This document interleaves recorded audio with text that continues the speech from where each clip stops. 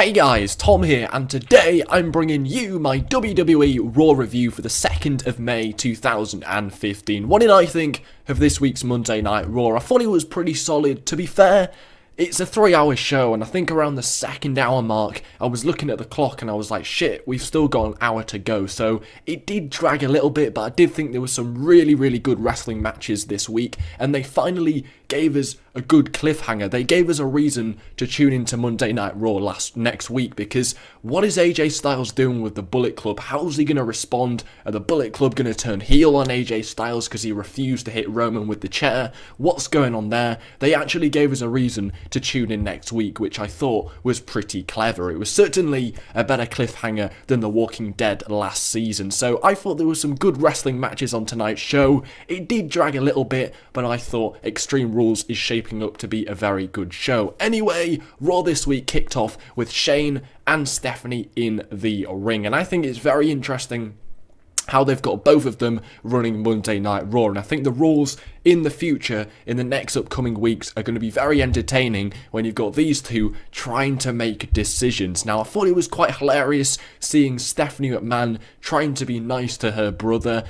She's debatably been one of the most over heels in the company for the last 2 years, so it was kind of entertaining to see her trying to be nice to her brother. It's definitely not going to last, as we saw later on in the show with Dean Ambrose, but it was quite entertaining seeing her trying to get on with her brother. It's not going to last. It's going to be an entertaining next few weeks, seeing her trying to be nice and it just not working. But at the end of the day, Shane and Stephanie in control of Monday Night Raw. If people want a brand split, this is the way they could go with this storyline. So we're going to have to see how it develops, but it's interesting and it could be great if they go with the brand split later down the line. But one gripe I do have about this is, we saw them at the start of the show, but after that, we never saw Shane McMahon on the screen. We saw Stephanie in a segment with Dean Ambrose, but you never really saw Shane making any other decisions apart from at the start of this week's Monday Night Raw. I remember when the Authority were in control, you saw them in various segments throughout the night. You saw them making decisions. You saw them actually doing something.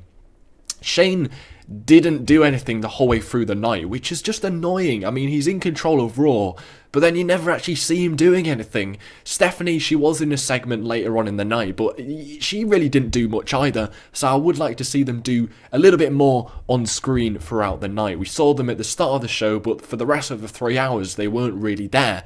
Anyway, I think it's going to be interesting. People want to see a brand split, and this is how they could do it.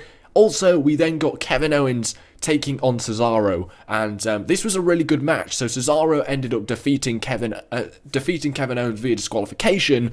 I thought this was an absolutely brilliant match. It was a great way to kick off Monday Night Raw, probably the best way they could have kicked off Monday Night Raw, because this was two, arguably the best wrestlers in the world in the ring at the same time, and it was fucking awesome. They gave it plenty of time, loads of energy in this match, loads of chemistry. They mashed together so well. It was just an awesome way to start Raw this week. I absolutely loved it. Now, we didn't get a clean finish towards this match because The Miz ended up attacking Cesaro, which was kind of annoying, but it's a really good way to get Miz over because he kind of screwed us out of getting a clean finish. It was a really good match, and then The Miz joins in and ruins the matchup, which gets him over as a heel really well because he's just screwed us out of seeing an ending to a great match. But it was a good match. We did get to see a good match. Miz gets over from this because he breaks up the match, which was really extremely annoying, but I know why they did it. And then Sami Zayn made the save and held the title above his head. So it looks like we're getting a fatal 4-way match for the Intercontinental Championship. I'm not sure if I would have rather have seen Zayn versus Owens 2.0. Maybe we'll get that at SummerSlam or Money in the Bank later down the line. But a 4-way for the Intercontinental Championship, arguably it could go either way. I don't know who's going to win that match, so it is pretty exciting. Moving on, the next match we had was Tyler Breeze defeating Goldust. I thought this was a bit of a waste of time. The only funny thing about this was R-Truth walking around with a twig as a selfie stick. Apart from that, this match was a bit of a waste of time. Now, Tyler Breeze, this was actually his first win on TV since January, which is absolutely incredible. I mean, this guy is a hell of a lot better than how he gets treated, but he goes over Goldust here, but at the end of the day, it really doesn't mean anything. Why they're still doing this Goldust and R-Truth storyline is confusing because it's been going on since January. It never was entertaining. It's probably the most longest running feud of the year. Nobody ever gave a shit at the start. Why it's still happening past WrestleMania, I have no idea. Who really cares if Goldust teams up with R-Truth? We don't. Why they're still doing it, I have no idea. It's genuinely been going on since about January or February. Nobody gives a shit. But anyway, Tyler Breeze goes over Goldust in an okay match. Very short. A big waste of time. Moving on, The New Day and Big Cass defeated the Vaudevillians and the Dudley Boys. Now, this match was set up after an argument which happened between the Vaudevillians, well, between everybody, and they were discussing Enzo Amore's injury at Payback. Now, Cass actually pinned Devon Dudley after an East River crossing. Now, I was actually pretty shocked that Big Cass went over in this match. It was a bit confusing, strange booking in my decision, because Big Cass, I was actually surprised he was on this week's Monday Night Raw, and we know that now Enzo is out. Big Cass and Enzo are going to be taking a step aside for the next few months. Now, Big Cass, I was shocked he was even on Monday Night Raw. Why he was, probably to give a good, nice feel-good moment to Enzo Amore, who was probably looking at home. But I would have thought the Vaudevillains were going over in this match. The fact that they didn't get the win at Payback, but were still awarded the tag team tournament match, is confusing, because it would have been nice for them to get a big pay-per-view win at the Payback pay-per-view, and they didn't get it. So you would have thought they would have been given a big win here over the tag team champions in Big Cass. The Vaudevillains, I'm not that convinced they're going to take the title off the New Day. Arguably, they did need a big win here. They don't really seem like credible champions. They could have done with a big win at Payback. They didn't get it because the match was cut short, so it made sense to give them the win here. Giving them a win over the New Day and Big Cass would have given them a lot of momentum. So putting over Big Cass, it didn't really make a lot of sense. The fact that Enzo is out and is probably out for the next few months, what's Big Cass going to do with this momentum? Not a lot. Now, it was a good feel-good moment for Enzo Amore that his partner Big Cass won here, but at the end of the day, what's it really going to do? The Vaudevillains, they needed a win. I don't think they're taking the titles at Extreme Rules. They definitely needed the win here, so I was a bit confused, but overall it was an exciting match. It went on for a little bit too long, but it was really good. I thought it was pretty entertaining. Another really interesting and exciting match, which involved the New Day, and yeah. So the next match was Emma defeating Becky Lynch. I really enjoyed this match. Now, Emma won with a thumb to the eye and a Michinoku driver. Honestly, this is a really good match. We've had some really good women's matches in the last few months, and this was another one to add to the list. So Emma won with a thumb to the eye, which suggests they're probably going to have a rematch at the Extreme Rules pay-per-view, which I love. I think that's a great idea, because this match was really, really good. I don't know why Emma has been missing from Raw for about a year now, because she's really good. She's one of the best Divas women wrestlers on the roster, and this match proved it. Really, really good match. Absolutely loved it. It would have been great to see it go on for another 5 minutes, but I'm not going to complain, because what we saw was great.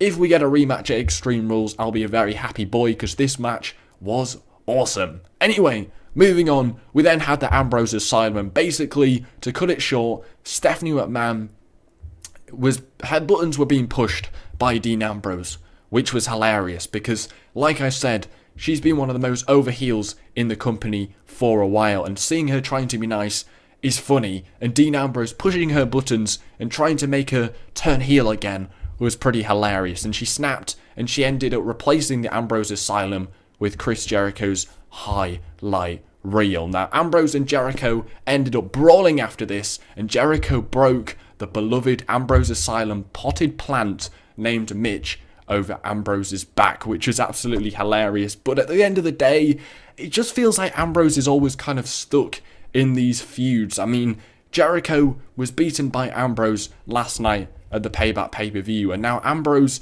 is seemingly still feuding with Chris Jericho, and he never seems to move on from these kind of feuds. I mean, this feud was kind of made out of nothing. It kind of happened with his feud with Bray Wyatt. His feud with Bray Wyatt went on for so long, and he just could never really get out of that hole, and that's what I got from this. It felt a little bit like that is he going to move on from this feud from Chris Jericho? He got the big win over him at Payback, and it seems like it's still happening, and I just want him to move on to bigger and better things. So I wasn't really a big fan of this segment. I thought it went on for a long time.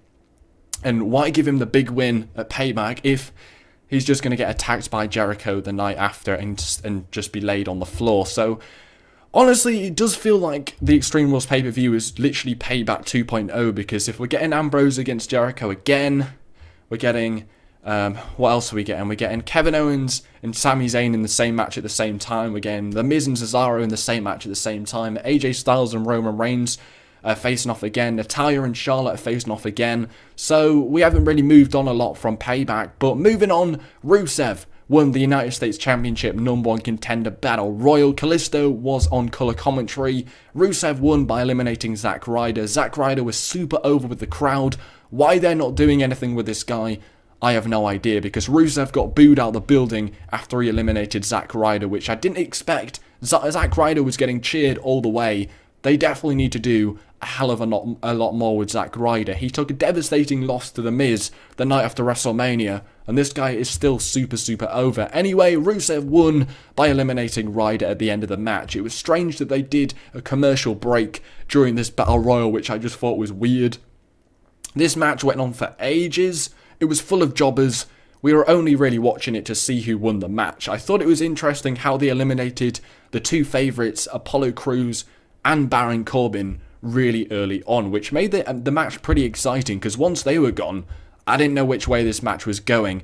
Rusev ended up winning the match, which I think is pretty interesting, because I think he's improved a hell of a lot. They really haven't done a lot with him since he lost to John Cena. They really haven't done anything with Rusev for the last few months, even maybe the best part of a year. They spent the whole time when he first debuted building him up for a year. He lost to John Cena, he got in that stupid love triangle feud, and he just didn't go anywhere. Hopefully, with this win, he can get back on track and maybe take the title from Kalisto, because Kalisto, he hasn't done anything with it. He's been gone for about a month. He didn't appear on TV for a while. Rusev winning here. I think they're setting up for Rusev to go on a big, heavy reign once again. Hopefully, he can be taken seriously again, because he's improved a hell of a lot. Zack Ryder definitely was not winning this match here, because Kalisto is a babyface, so is Zack Ryder. So obviously Rusev is the right decision to go over here, but Zack Ryder should definitely do a hell of a lot more with him. But it'll be interesting to see Rusev against Kalisto. I think that'll be a very interesting match, because Ryback and Rusev, very similar styles, very similar builds. Ryback and Kalisto put on two great matches, so this could be a great match as well. The next segment was Charlotte addressing the controversy at the Payback pay-per-view. So it turns out Charles Robinson was paid by Ric Flair to do the Chicago screw job. The whole thing was stupid, so we're just going to brush past this segment, because I thought it was really dumb. The only positive we got from this is we're going to have a submissions match at the Extreme Rules pay-per-view. I don't remember the last time we had a women's match which was a submission match. So I think this will be really interesting. Ric Flair was also banned from ringside for that match, so it is actually getting pretty interesting. But this whole Chicago screwjob thing was very dumb and just stupid. But after that, we got the main event. AJ Styles, Carl Anderson, and Luke Gallows taking on Reigns and the Usos. Actually really enjoyed this match, and I think a lot of people that have been hating on Roman Reigns, I think he's done some good work in the last few days. He did a great match at Payback, and I thought he performed pretty well in this match against AJ Styles and Carl Anderson and Luke Gallows. I thought he did a great job. I haven't had much of a problem with him in the last 2 days. I think he did really well in this match and at the Payback pay-per-view. So Styles won by pinning Jimmy Uso after a phenomenal forearm. Obviously makes sense for AJ to go over here. He's challenging the world champion at the Extreme Rules pay-per-view, so obviously he needs to go over here and get as much momentum as he can going into that pay-per-view, because I'm not convinced he's taking the title anyway, but still giving him some momentum makes him more credible to take it off Reigns. Anyway, after the match, Anderson and Gallows held Reigns by the head.